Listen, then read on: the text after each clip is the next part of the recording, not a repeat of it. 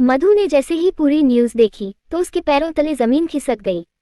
उस ऑफिस में जितने भी लोग थे, मधु को सबकी आंखों में सिर्फ वो नजर आ रही थी। उसे घबराहट होने लगी, उसके पैर लड़खड़ाने लगे। वो खुद को संभाल नहीं पाए और वही जमीन पर बैठ गई। वहां खड़े सब लोग उसके पास आने लगे। वहां इंटरव्यू के लिए आई एक लड़की ने उसके कंधे पर हाथ रखकर पूछा, मैम आप ठीक तो हो ना? तभी रिसेप्शनिस्ट ने आकर उसकी ओर पानी का ग्लास बढ़ाया और बोली, मैम पानी पी लीजिए, आपको अच्छा लगेगा। मधु ने पानी का ग्लास अपने सामने से हटाया और खुद को संभालते हुए उठ खड़ी हुई। उसने अपने बैग को अपने सीने से लगाया और उसे अपने हाथों से पकड़े आहिस्ता आहिस्ता वहां से चल दी। चलते चलते वो लड़खड़ा रही थी और सब लोग उसे देखकर आपस में बातें कर रहे थे। उसकी आंखों से आंसू बहने लगे थे। वो जैसे ही ऑफिस से बाहर आई तो बिल्डिंग के बाहर अपनी गाड़ी में बैठे करण ने तुरंत उसकी ओर देखा। उसे देखकर वो मन ही मन बोला, लगता है इसे नौकरी नहीं मिली, इसलिए शायद इतनी अपसेट है। करण, तेरी वजह से मधु ने अपनी नौकरी छोड़ी होगी, इसलिए अब तुझे ही इसकी मदद करनी होगी। मधु ने बाहर आकर अपने कांपते हाथों से अपने बैग में रखा न्यूज़पेपर निकाला और उसे खोलकर देखने लगी। अपनी और करण की तस्वीर देखकर और न्यूज़ पढ़कर उसके हाथों से पेपर छूट गया और वो बेसुध होकर सड़क पर चलने लगी। उसे इस तरह देखकर करण परेशान हो गया। उसने तुरंत अपना सीट बेल्ट खोला और गाड़ी से बाहर आने लगा, पर तभी उसके फोन की बेल बजने लगी। मम्मा, वो अपना फोन देखकर बोला। उसने तुरंत कॉल रिसीव की, पर वो कुछ कहता उसके पहले ही उसकी मम्मा घबराते हुए बोली, करण तू जहां भी है अभी और इसी वक्त घर आ। क्या हुआ मम्मा, आप इतनी घबराई हुई क्यों है, सब ठीक है ना? करण ने परेशान होकर पूछा तो शालिनी तुरंत बोली, करण प्लीज तू जल्दी से घर आ जा, तेरी दादी की तबीयत बहुत खराब हो गई है। उसके इतना कहते ही करण की आंखें बड़ी बड़ी हो गई। शालिनी रोते हुए फिर से बोली, करण प्लीज जल्दी से घर आ। मैं आ रहा हूँ मम्मा। इतना कहकर करण ने कॉल डिस्कनेक्ट की और अपनी गाड़ी स्टार्ट की। वो बिना मधु की ओर देखे तेजी से उसके बहुत करीब से निकल गया। मधु खुद को संभाल नहीं पाए और लड़खड़ाकर गिरने लगी, पर उसने खुद को संभालने के लिए पास ही एक खंभे को पकड़ लिया। दूसरी ओर आरती बाजार में सब्जियां खरीद रही थी। भैया टमाटर क्या भाव है? 40 रुपये किलो, ठेले वाले ने जवाब दिया। तो आरती ने भिड़ी उठाते हुए पूछा, और भिंडी? सब्जी वाले ने फिर से जवाब दिया, 60 रुपये किलो। आरती भिंडी छांटते हुए बोली, आधा किलो टमाटर और आधा किलो भिंडी दे दो। ठेले वाले ने सिर हिला दिया तो आरती टमाटर उठाकर तराजू पर रखने लगी। तभी सुप्रिया की मां मीना उसी ठेले पर आकर सब्जियां देखने लगी। उसने जैसे ही आरती को देखा तो मुस्कुराकर बोली, आरती भाभी। मीना कैसी हो तुम, कितने दिनों बाद मिली हो? आरती उसे गले लगाकर बोली तो मीना ने उसकी हथेली थामी और बोली, क्या करूं भाभी, टाइम ही नहीं मिलता, घर के कामों में ही सारा दिन निकल जाता है। आरती मुस्कुराते हुए भिंडी टोकरी में डालने लगी।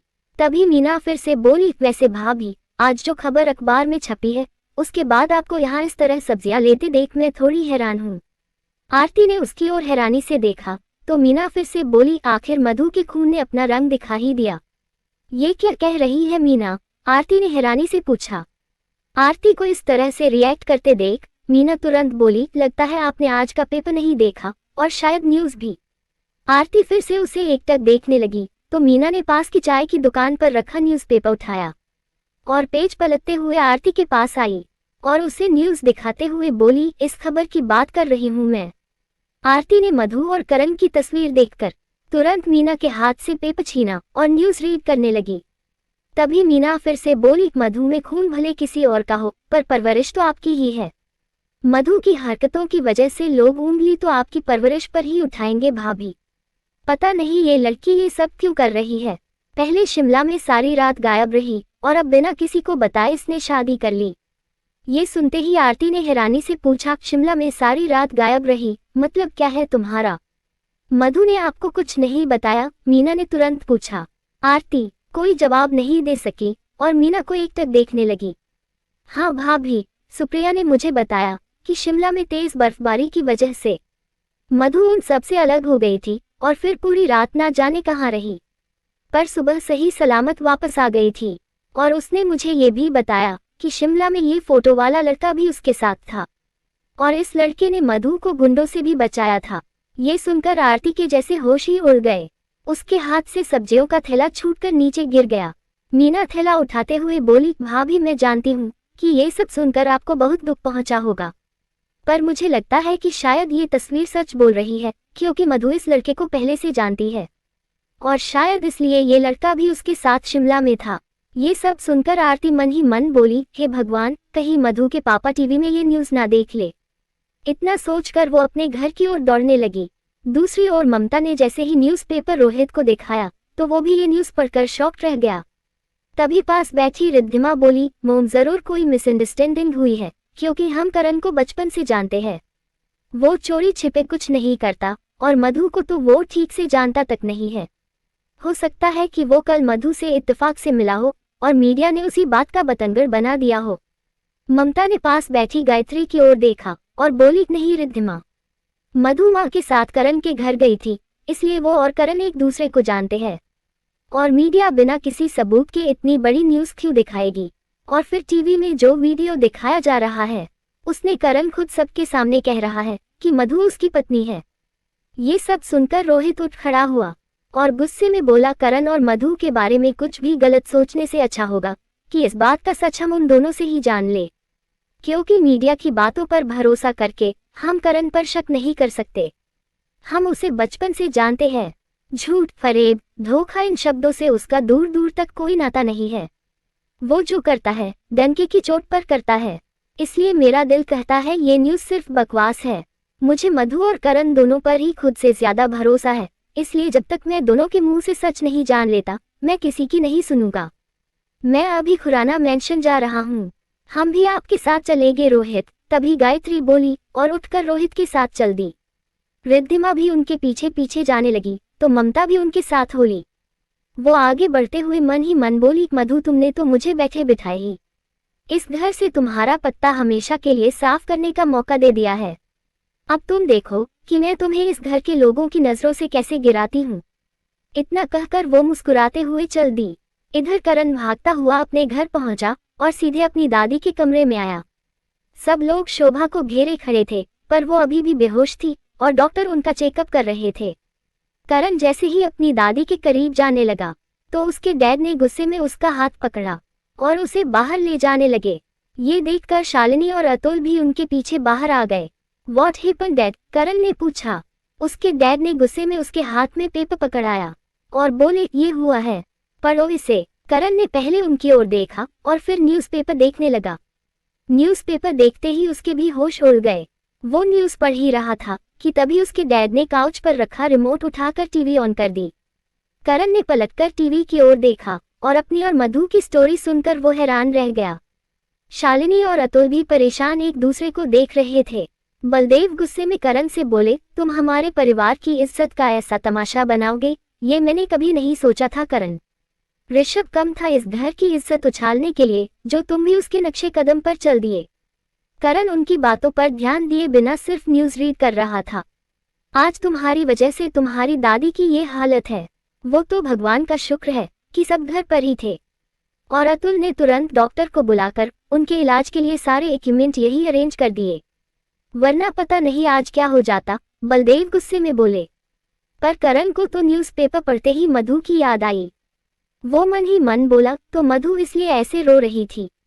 तभी बलदेव ने गुस्से में उसके हाथ से न्यूज़पेपर लिया और उसे फेंकते हुए बोले, तुम्हें कुछ सुनाई दे रहा है? मैं तुमसे बात कर रहा हूँ करण। करण बिना कोई जवाब दिए अपनी दादी के कमरे में जाने लगा। तो बलदेव गुस्से में उसकी बांह पकड़कर बोले, करण हम सब इस न्यूज़ का सच जानना चाहते हैं। करण ने गुस्से में अपनी बांह छुड़ाए और बोला, डैड ये सब बकवास है और इसके अलावा मैं किसी को कोई सफाई नहीं दूंगा। उसकी इस हरकत पर बलदेव का गुस्सा और बढ़ गया। सफाई तो तुम्हें देनी पड़ेगी करण, क्योंकि कल रात तुमने रिद्धिमा से सगाई की है और उसका हक बनता है कि तुम उसे ये बताओ कि ये लड़की कौन है और तुम्हारा इससे क्या रिश्ता है। ये सब सुनकर शालिनी ने बलदेव की बांह पर हाथ रखा और बोली, सुनिए जी, अगर ये कह रहा है कि ये सब बकवास है तो ये सच ही कह रहा होगा। आप थोड़ा शांत हो जाइए, माँ की तबीयत खराब है। हाँ भैया, करण को हम सब अच्छे से जानते हैं, वो चोरी छिपे कोई काम नहीं करता। जरूर बात कुछ और ही होगी और मीडिया ने बात का बतंगड़ बना दिया होगा। पास खड़ा अतुल बोला। बलदेव उस पर भी भड़के, तुम दोनों की वजह से ही ये इतना बदतमीज हो गया है। इतना कुछ हो गया पर यह लड़का पूरी बात बताने के लिए तैयार नहीं है। समझ नहीं आ रहा कि चेतन और ममता भाभी से क्या कहूंगा और रिद्धिमा के सवालों के जवाब कैसे दूंगा। आपको किसी को जवाब देने की जरूरत नहीं है, क्योंकि ये सब झूठ है। मैंने कोई शादी नहीं की है, और कोई माने या ना माने यही सच है, करण अपने डैड की ओर देखकर बोला। तभी रिद्धिमा वहां आकर बोली, कोई माने या ना माने, मैं मानती हूँ कि करण कभी कुछ गलत नहीं कर सकता। उसके इतना कहते ही करण और उसकी पूरी फैमिली ने उसकी ओर देखा तो सामने रिद्धिमा के साथ उसकी पूरी फैमिली खड़ी थी। शांति आगे आकर बोली, आइए सब बैठकर बात करते हैं। उसके इतना कहते ही सब लोग वही सोफों पर बैठ गए, पर करण रिद्धिमा के पास आकर बोला, थैंक यू रिद्धिमा, जो तुमने मुझ पर ट्रस्ट किया। तुम मुझे बचपन से जानती हो, मुझे किसी को बिना गलती के सफाई देना पसंद नहीं है, इसलिए मैं आज भी कोई सफाई नहीं दूंगा। बस इतना कहूंगा कि ये जो दिख रहा है ये सच नहीं है। इतना कहकर वो फिर से अपनी दादी के कमरे में जाने लगा। रुक जा करण, तभी शालिनी बोली। करण के कदम रुक गए। शालिनी उसके पास आई और बोली, मैं जानती हूँ कि मेरा बेटा कभी कोई गलत काम नहीं करता और बिना गलती के किसी को सफाई भी नहीं देता, पर वो अपनी मम्मा के सवालों के जवाब तो देगा ना। करण ने आहिस्ता से हाँ में अपना सिर हिला दिया। तूने मधु को इतने लोगों के बीच अपनी पत्नी क्यों बताया? शालिनी ने पूछा। करण ने जवाब दिया, कल C21 मॉल में मेरी एक क्लाइंट से मीटिंग थी, वही मुझे मधु भी मिली, जिसे रिद्धिमा ने अपनी ड्रेस लेने के लिए भेजा था। मधु जब लिफ्ट में गई तो लिफ्ट अटक गई। उसे शायद लिफ्ट में ज्यादा देर रहने से घबराहट हो जाती है, इसलिए वो उन चंद मिनटों में कुछ ज्यादा ही घबरा गई थी। पर जैसे ही लिफ्ट खुली तो वो वहां से घबराकर भाग गई। जब मैं अपनी गाड़ी के पास पहुंचा तो मैंने देखा कि वो बेहोश सड़क पर पड़ी हुई थी। वो बेहोश थी और इस हालत में मुझे उसे सड़क पर अकेले छोड़ना ठीक नहीं लगा और मैं उसे उठाकर हॉस्पिटल ले जाने लगा। पर वहां खड़े लोग मुझे ऐसे देख रहे थे जैसे मैं मधु को किडनैप करके ले जा रहा हूं और फिर उसके साथ कुछ गलत करने वाला हूं। वहां मौजूद एक आदमी ने मुझसे पूछ भी लिया कि क्या मैं मधु को जानता हूं, तो मौके की नजाकत को समझते हुए मुझे उससे ये कहना पड़ा कि मधु मेरी पत्नी है। उसके बाद मैं उसे हॉस्पिटल लेकर गया। जब उसे होश आया तो उसने मुझे बताया कि वो रिद्धिमा के घर जा रही है। मुझे भी सगाई में पहुंचने में देर हो रही थी, इसलिए मैं उसे यहाँ ले आया। उसके बाद क्या हुआ वो सब आप जानती है मम्मा। इतना कहकर वो अपनी दादी के कमरे में चला गया। उसके जाते ही शालिनी ने वहीं खड़े बलदेव की ओर देखा और बोली, अब तो आपको सच पता चल ही गया होगा कि करण ने किसी से शादी नहीं की है। तभी रिद्धिमा भी बोली, अंकल, मधु हमारे घर दादी का ख्याल रखती है। कल मैंने ही उसे मेरी ड्रेस लाने के लिए मॉल भेजा था और वहां ये सब कुछ हो गया। अब तो मधु ने ये नौकरी भी छोड़ दी है, इसलिए हमें परेशान होने की कोई जरूरत नहीं है। मधु ने नौकरी छोड़ दी, ये सुनकर शालिनी परेशान हो गई। ये मीडिया वालों ने तो जरा सी बात का बतंगड़ बना दिया है। तभी वनराज गुस्से में बोले तो चेतन भी बोल पड़े, कोई बात नहीं भाई साहब, मीडिया की वजह से हमारे परिवारों का जो तमाशा बना है उसे अब मीडिया वाले खुद ठीक करेंगे। हम प्रेस रिपोर्टर्स को बुलाकर करण का स्टेटमेंट इशू करवा देते हैं और ये बात यही खत्म कर देते हैं। वैसे भी कुछ दिनों में दोनों बच्चों की शादी हो जाएगी तो लोग सब भूल जाएंगे। बलदेव कुछ पल सोचकर बोले, शायद तुम ठीक कह रहे हो, मैं सबके लिए चाय नाश्ता लेकर आती हूँ। तभी पास खड़ी पूजा ने इतना कहा और किचन में चली गई। उसके जाते ही शालिनी मन ही मन बोली, यहाँ तो सब ठीक हो जाएगा। और नहीं भी हुआ तो करण के डैड और चेतन भाई साहब पैसा फेंक कर सब ठीक कर लेंगे, पर मधु, उसका क्या होगा? जो कुछ भी हुआ है उसकी वजह से उसकी जिंदगी में बहुत सी मुश्किलें खड़ी हो जाएगी। उसका एक लड़की होना उसका गुनाह बन जाएगा और सबकी उंगली उस पर ही उठेगी। करण मीडिया वालों को सफाई कभी नहीं देगा और जब तक वो खुद कुछ नहीं कहेगा मीडिया इस बात को हर रोज उछालेगा। मधु की जिंदगी तो जहन्नुम बन जाएगी। मुझे करण से बात करनी होगी। पता नहीं वो लड़की अकेली समाज के सवालों के जवाब कैसे देगी। इधर करण अपनी दादी के सिरहाने बैठा था। राधिका भी वही परेशान बैठी अपनी दादी को ही देख रही थी। तभी डॉक्टर अपना सामान बक्से में रखते हुए बोले, चिंता की कोई बात नहीं है, शायद न्यूज देखकर इन्हें गहरा धक्का लगा है, इसलिए ब्लड प्रेशर बहुत ज्यादा बढ़ गया था, थोड़ा ध्यान रखिए इनका। जी डॉक्टर, आइए मैं आपको बाहर तक छोड़ देता हूँ। इतना कहकर करण ने राधिका को इशारा किया और डॉक्टर के साथ बाहर आया। डॉक्टर को देखते ही सब लोग तुरंत उठ खड़े हुए। वनराज ने डॉक्टर से पूछा, अब माँ कैसी है डॉक्टर साहब? फिलहाल तो सब ठीक है, ब्लड प्रेशर भी कुछ देर में कंट्रोल में आ जाएगा, पर ये ध्यान रखिएगा कि अब उन्हें कोई सदमा ना पहुंचे, क्योंकि आज अगर आप सबने उन्हें वक्त रहते नहीं संभाला होता तो इन्हें हार्ट अटैक आ सकता था। इसलिए उनका ख्याल रखिए, हर तरह की चिंता से इन्हें दूर ही रखिएगा और दवाइयाँ टाइम पर देते रहिएगा। मैं एक नर्स भेज देता हूँ जो इनका ख्याल रखेगी, शाम को फिर आऊंगा, चलता हूँ। इतना कहकर डॉक्टर चले गए। उनके जाते ही बलदेव करण से बोले, करण, हम सब ने फैसला किया है कि हम प्रेस में एक स्टेटमेंट जारी करेंगे जिसमें तुम सबको इस तस्वीर की हकीकत बताओगे और ये किस्सा यही खत्म करोगे। मैं ऐसा कुछ नहीं करूंगा डैड, क्योंकि मीडिया की बकवास पर सफाई देना है मेरे उसूलों के खिलाफ है। प्लीज मुझे ऐसा कोई काम करने के लिए मत कहिए जिसे मैं ना कर पाऊं, प्लीज। इतना कहकर वो गुस्से में अपने कमरे में चला गया। करण, बलदेव गुस्से में चीखे, पर करण उनकी आवाज अनसुनी करके चला गया। उसकी इस हरकत से बलदेव का गुस्सा और बढ़ गया। चेतन ने उसे गुस्से में देखा तो बोले, डोंट वरी बलदेव, तुम अपना गुस्सा शांत रखो, अब ये मैटर हम खुद सॉल्व कर लेंगे। रोहित वहीं एक कोने में खड़ा मधु के बारे में सोच रहा था, पर फिर वो अपने डैड के पास आकर बोला, डैड मुझे कुछ जरूरी काम है, मैं भी चलता हूँ। इतना कहकर वो भी वहां से जाने लगा। उसे जाते देख ममता मन ही मन बोली, ओह गॉड, कहीं ये लड़का फिर से उस लड़की के पास तो नहीं जा रहा। सुनिए जी, मेरा फोन शायद रोहित के पास है, मैं लेकर आती हूँ, कहीं वो चला ना जाए। ममता भी बोलकर रोहित के पीछे दौड़ी। रोहित अपनी गाड़ी का डोर खोलकर उसने बैठ ही रहा था कि तभी ममता ने उसकी बांह पकड़कर पूछा, मधु से मिलने जा रहा है? हाँ मोम, मुझे लगता है कि इस वक्त मधु को मेरे सपोर्ट की जरूरत पड़ सकती है, रोहित परेशान होकर बोला। ममता ने उसकी गाड़ी का डोर बंद किया। रोहित, अगर तू जाना चाहता है तो मैं तुझे नहीं रोकूंगी, पर ये जरूर कहूंगी कि इस वक्त तेरा मधु से मिलना लोगों को हमारे खानदान पर उंगली उठाने का मौका ना दे दे, क्योंकि वैसे भी मधु और करण की वजह से हमारा और बलदेव भाई साहब की इज्जत का बहुत तमाशा बन चुका है। इस वक्त मीडिया वालों की नजरें सिर्फ हमारे परिवारों पर होगी, और ऐसे में अगर तू मधु से मिला तो बात और बिगड़ सकती है। मधु पहले से ही बहुत दुखी होगी, तेरे वहां जाने से लोग उससे तेरे बारे में भी सवाल करके उसे और परेशान कर देंगे। तू शायद चाल में रहने वाले लोगों को नहीं जानता, ये लोग इज्जत का बहुत ढिंढोरा पीटते हैं। एक जवान लड़की का अगर कोई लड़का दोस्त हो तो ये लोग उसे गलत नजरिए से ही देखते। तू तो फिर भी मधु से प्यार करता है, इसलिए इस वक्त मधु से मिलने मत जा, वरना उस बेचारी की जिंदगी में और मुश्किलें खड़ी हो जाएगी। तेरे डैड ने कहा है ना कि वो सब संभाल लेंगे।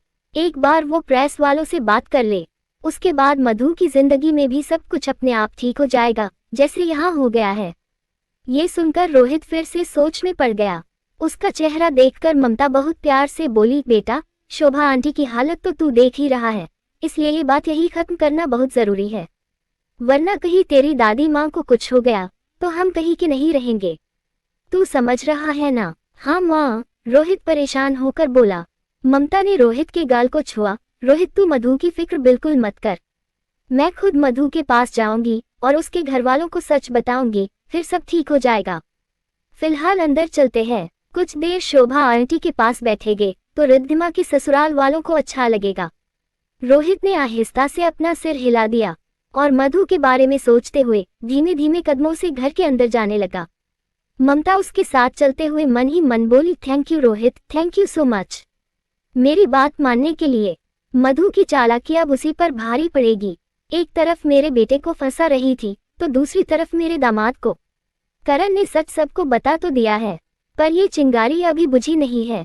इस छोटी सी चिंगारी को आग बनाकर अगर मैंने मधु के सपनों का आशियाना जलाकर खाक ना कर दिया तो मेरा नाम भी ममता व्यास नहीं। ऐसी आग लगाऊंगी उसकी जिंदगी में कि किसी को मुंह दिखाने लायक नहीं रहेगी। उसने अपने कदमों को रोक लिया, पर रोहित अंदर चला गया। उसके जाते ही ममता ने एक नंबर मिलाया। दूसरी ओर से किसी ने उसकी कॉल रिसीव की। बोलिए ममता जी। ममता मुस्कुराते हुए बोली, तुम्हारे न्यूज चैनल के लिए एक हॉट न्यूज है। ये सुनकर दूसरी ओर से किसी के हंसने की आवाज आई और ममता उसे सब समझाने लगी। आपका काम हो जाएगा। सारी बात सुनने के बाद दूसरी ओर से एक आदमी बोला। ममता मुस्कुराते हुए बोली, पर एक बात का ध्यान रहे, इस खबर को चाहे किसी भी तरीके से दिखाओ, पर फोकस मधु पर ही रखना। करण का नाम ज्यादा नहीं उछलना चाहिए क्योंकि वो मेरा होने वाला दामाद है, समझे? बहुत अच्छे से समझ गया। यू डोंट वरी, मैं सब कुछ अपने तरीके से संभाल लूंगा। ये सुनकर ममता अपने चेहरे पर तीखी सी मुस्कुराहट लिए बोली, गुड। अब मैं फोन रखती क्योंकि मुझे मधु के घर जाकर एक बड़ा धमाका करना है। दूसरी ओर मीरा भागती हुई रोहित के घर पहुंची और मधु को आवाज लगाने लगी। तभी हॉल में सफाई कर रहा रमेश उसके पास आकर बोला, मधु दीदी तो सुबह ही चली गई थी। चली गई? कहाँ चली गई? मीरा ने घबराकर पूछा। रमेश ने तुरंत जवाब दिया, मधु दीदी ने नौकरी छोड़ दी है। वो यही कहने यहाँ आई थी और फिर उल्टे पांव वापस भी चली गई। ये सुनकर मीरा की परेशानी और बढ़ गई। वो मन ही मन बोली, हे भगवान, ये सब आप क्या कर रहे हो? क्यों हाथ धोकर मधु के पीछे पड़ गए हो? कल से अब तक इतना कुछ हो गया है और मधु ने अभी तक मुझे कुछ नहीं बताया। अब मैं उसकी मदद कैसे करूं? उसके पास तो फोन भी नहीं है और वो इस वक्त कहाँ है मुझे भी नहीं पता। न्यूज़ देखकर तो आरती आंटी ने अब तक घर पर तमाशा खड़ा कर दिया होगा। पता नहीं मधु किस हालत में होगी, कहाँ होगी, अब कैसे ढूंढूं उसे? इतना कहकर वो अपनी गाड़ी की ओर दौड़ी। उसने गाड़ी में बैठते ही रोहित को फोन किया, पर रोहित सबके साथ बैठा हुआ था और उसका फोन साइलेंट पर था। रोहित के पास बैठी ममता ने रोहित का फोन उठाया और मीरा का नाम देखकर मन ही मन बोली, मीरा ने रोहित को फोन मधु के बारे में बात करने के लिए ही किया होगा। अच्छा होगा जो रोहित इस वक्त इससे भी बात ना करे। उसने कुछ देर सोचा और फिर रोहित का फोन स्विच ऑफ कर दिया और फोन फिर से रोहित के पास रख दिया। फोन कट होते ही मीरा मुस्कुराते हुए बोली, काट दिया। लगता है इन्हें भी मधु को लेकर गलतफहमी हो गई है, पर कोई बात नहीं। मीरा के होते हुए मधु कभी अकेली नहीं होगी, मैं हूं उसके साथ हमेशा। मैं खुद उसे ढूंढ लूंगी।